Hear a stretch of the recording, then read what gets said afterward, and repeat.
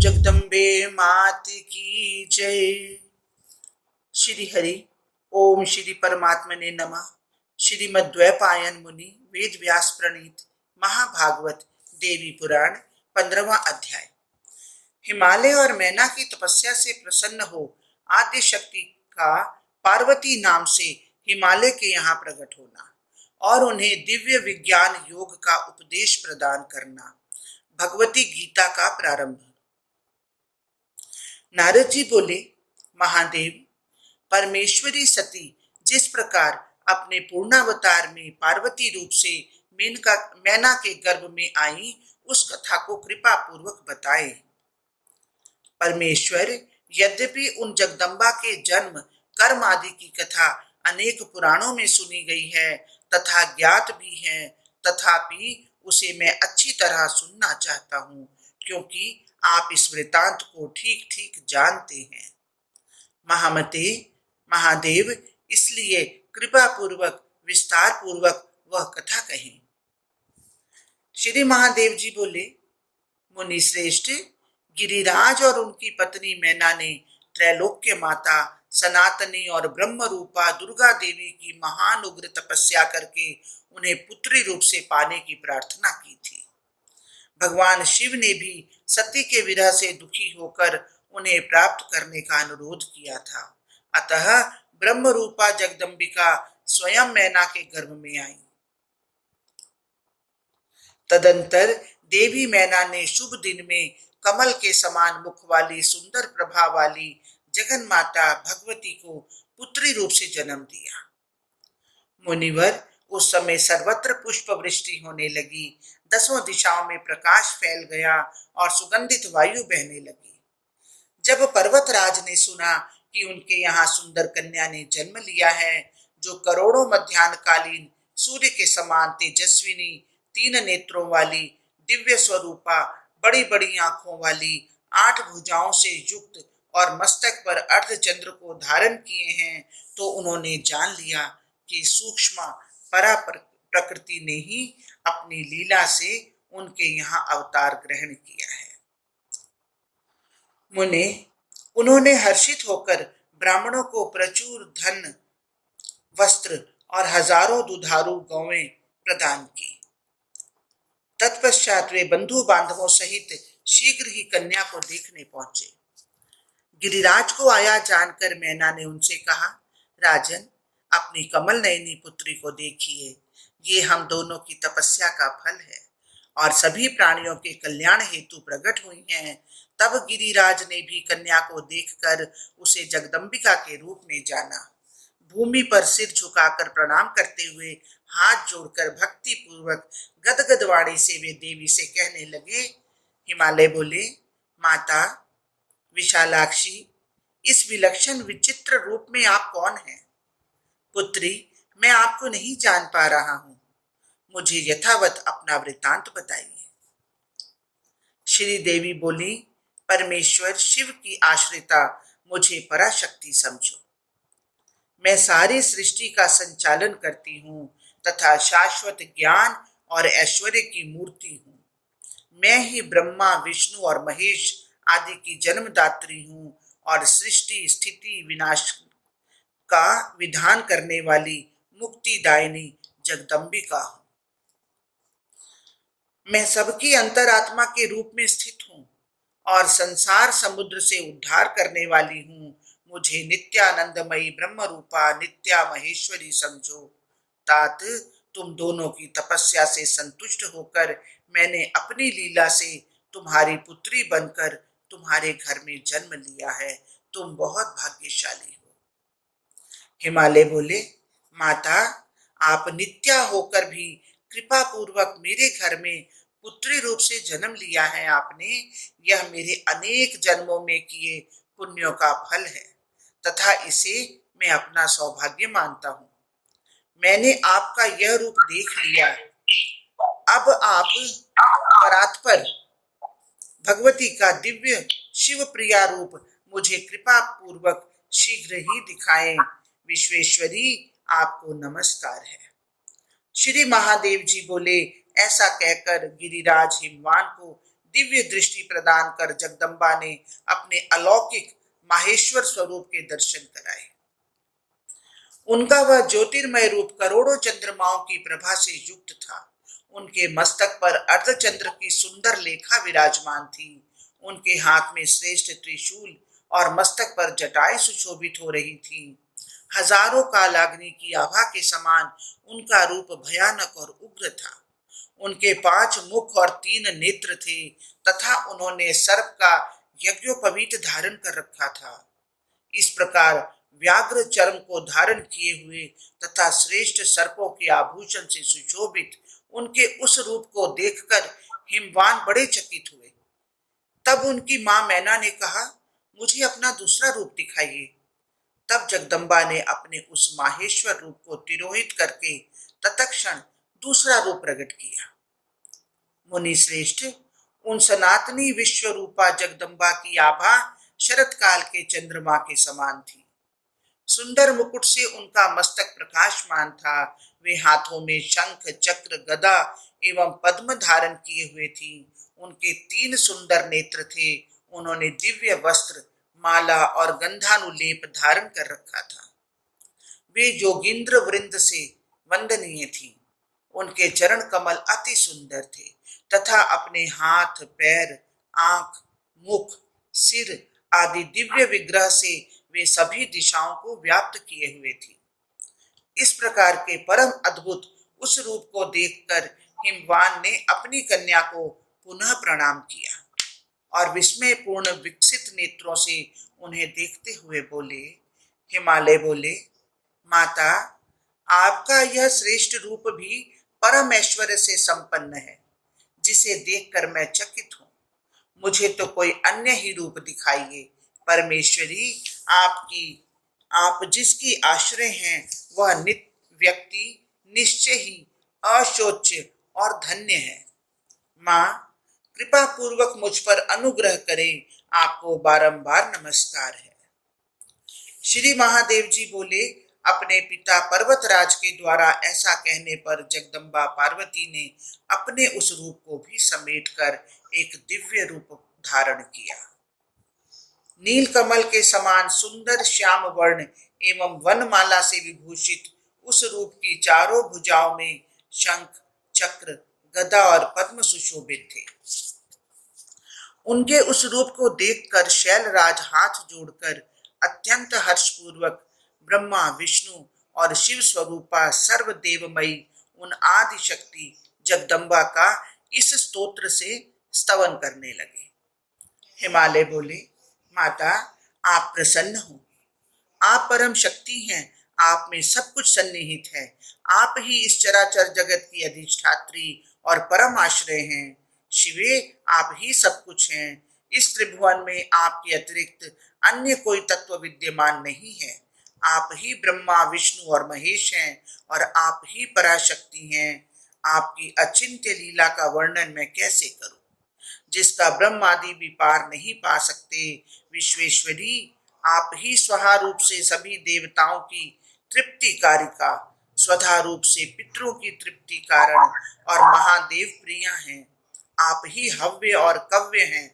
आप ही नियम, यज्ञ, तप और दक्षिणा हैं। आप ही स्वर्ग आदि लोकों को प्रदान करने वाली हैं तथा समस्त कर्मों का फल प्रदान करने में आप ही समर्थ हैं। महादेवी, आपको प्रणाम है। माता, जिस आपके पर से भी परतर सूक्ष्मतम रूप का योगी जन शुद्ध ब्रह्म के रूप में वर्णन करते हैं, शिवे, वह आपका मोहक रूप मन और वाणी के लिए अगम्य और त्रैलोक्य का मूल कारण है। वरदायिनी भगवती, मैं आपको भक्ति पूर्वक प्रणाम करता हूँ। विश्वेश्वरी, मेरी रक्षा करें।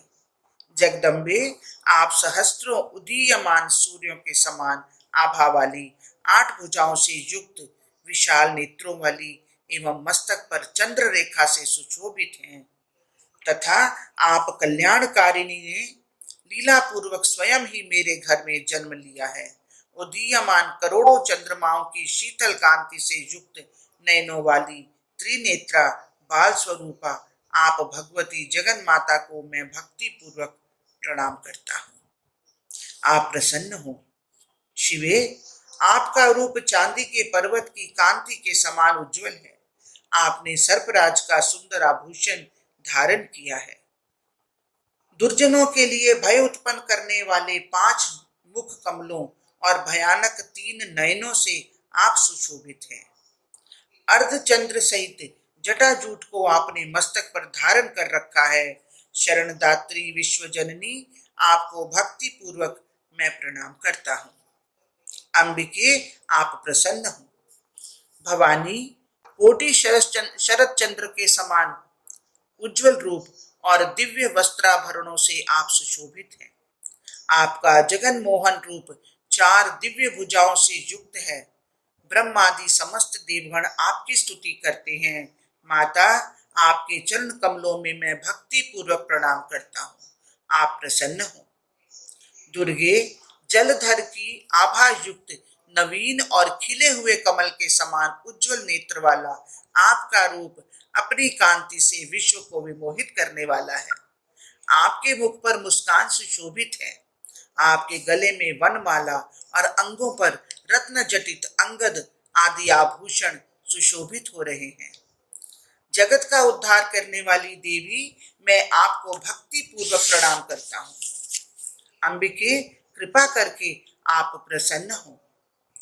जगदम्बे, आपके विश्वात्मक रूप और गुण को सर्वात्मना वर्णन करने में तीनों लोकों में देवता अथवा मनुष्य कोई भी सक्षम नहीं है। फिर मैं अल्पमति उसका कैसे वर्णन करूं? आप अपने स्वाभाविक गुणों से मुझ पर दया करते हुए अपनी परम माया से मुझे मोहित न करें। विश्वेश्वरी, आपको नमस्कार है। आज मेरा जन्म और तप सफल हुआ। जो त्रिलोक जननी, आप मेरी पुत्री के रूप में आई हैं। माँ, मैं धन्य और कृतार्थ हुआ जो कि आपने नित्या प्रकृति होकर भी अपनी लीला से पुत्री भाव से मेरे घर में जन्म लिया। मैं मैना के भी भाग्य की क्या सराहना करूं, जिन्हें अपने सैकड़ों जन्मों के अर्जित पुण्य के प्रभाव से त्रिलोक जननी की भी जननी होने का सौभाग्य हुआ। श्री महादेव जी बोले, मुने, इस प्रकार गिरिराज हिमालय के द्वारा प्रार्थना करने पर पर्वतराज पुत्री सहसा पूर्व के समान सुंदर रूप में हो गई। मैना भी यह देखकर चकित हुई और अपनी पुत्री को ब्रह्म स्वरूपिणी जानकर गदगद वाणी से भक्ति पूर्वक ऐसा कहने लगी। मेनका बोली, माता जगदम्बिका, मैं न तो आपकी स्तुति जानती हूँ न भक्ति ही, फिर भी आप अपने करुणामय स्वभाव के कारण मुझ पर कृपा करती रहे। आप ही इस संसार की सृष्टि करती हैं। आप ही सभी कर्मों का फल प्रदान करती हैं।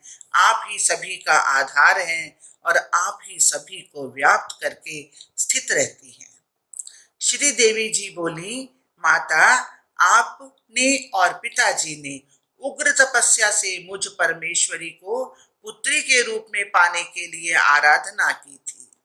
आप दोनों के उस तप का फल देने के लिए ही लीला पूर्वक मैंने नित्या प्रकृति होकर भी हिमालय के द्वारा आपके गर्भ से जन्म लिया है।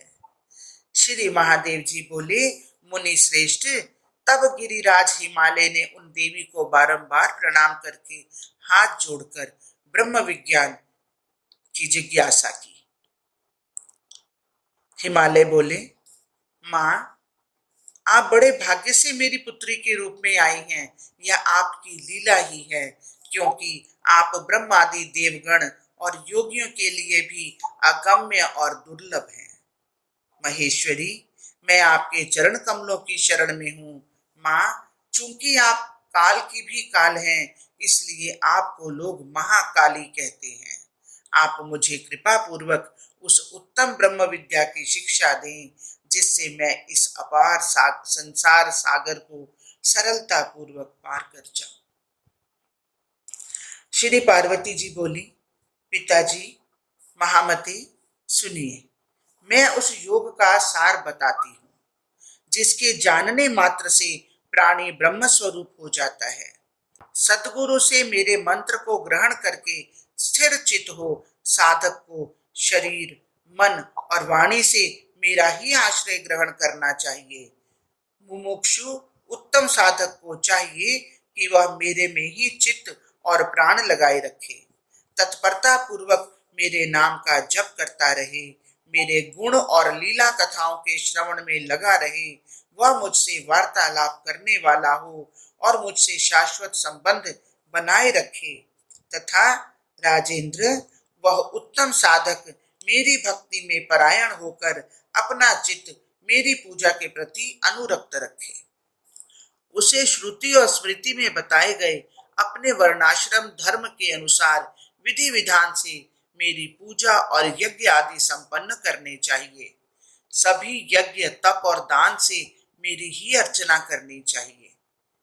ज्ञान से मुक्ति होती है और भक्ति से ज्ञान होता है। धर्म से भक्ति का उदय होता है, इसलिए यज्ञ याग आदि धर्म के ही रूप हैं। इसलिए मोक्षार्थी को धर्म रूपी यज्ञार्चन आदि के लिए मेरे इस रूप का सहारा लेना चाहिए। पिताजी, सभी ओंकारों में एक मैं ही विद्यमान हूं और स्वर्ग के देवता मुझ सच्चिदानंद रूपा के अंश से ही उत्पन्न है। इसलिए वेदोक्त सभी कर्मों से भक्ति पूर्वक मेरा ही अर्चन करना चाहिए। बुद्धिमान व्यक्ति को अन्य कोई विचार नहीं करना चाहिए। इस प्रकार अनासक्त भाव से कर्मों को संपन्न करके विशुद्ध अंतःकरण वाले मोक्षार्थी साधक को आत्मज्ञान की प्राप्ति में निरंतर प्रयत्नशील होना चाहिए। पुत्र मित्र आदि से संबंधों में अनासक्त होकर वेदांत आदि शास्त्रों के अभ्यास में दत्तचित्त रहना चाहिए। ऐसे साधक को काम, क्रोध आदि विकारों का तथा सभी प्रकार की हिंसा का पूर्ण रूप से त्याग करना चाहिए। ऐसा करने से उसे निसंदेह पराविद्या का ज्ञान प्राप्त हो जाता है। महाराज, जब इस आत्मा की प्रत्यक्ष अनुभूति होती है, उसी क्षण मुक्ति हो जाती है।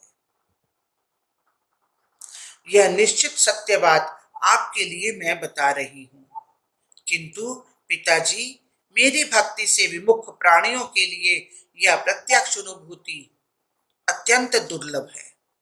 इसलिए मोक्ष साधकों को यत्न पूर्वक मेरी भक्ति में ही संलग्न रहना चाहिए। महाराज, आप भी मेरे बताए अनुसार करेंगे तो संसार के समस्त दुखों से कभी बाधित नहीं होंगे।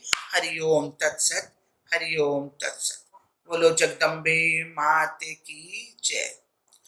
इस प्रकार श्री महाभागवत महापुराण के अंतर्गत श्री भगवती गीतोपनिषद में ब्रह्म विद्या योग शास्त्र के अंतर्गत श्री पार्वती हिमालय संवाद में विज्ञान योगोपदेशन वर्णन नामक 15वां अध्याय पूर्ण हुआ। हे महामाया, ये पाठ पढ़ने में, सुनने में, सोचने में, समझने में जहां भी कहीं कोई त्रुटि हुई हो, उसके लिए हम क्षमा प्रार्थी हैं माँ। जो कुछ पढ़ा गया, सुना गया, समझा गया, सोचा गया, सब कुछ श्री कृष्ण अर्पणमस्तु। हे कृष्ण, आप इसे स्वीकार करें। जय जय श्री राधे, जय जय श्री राधे, जय जय श्री राधे।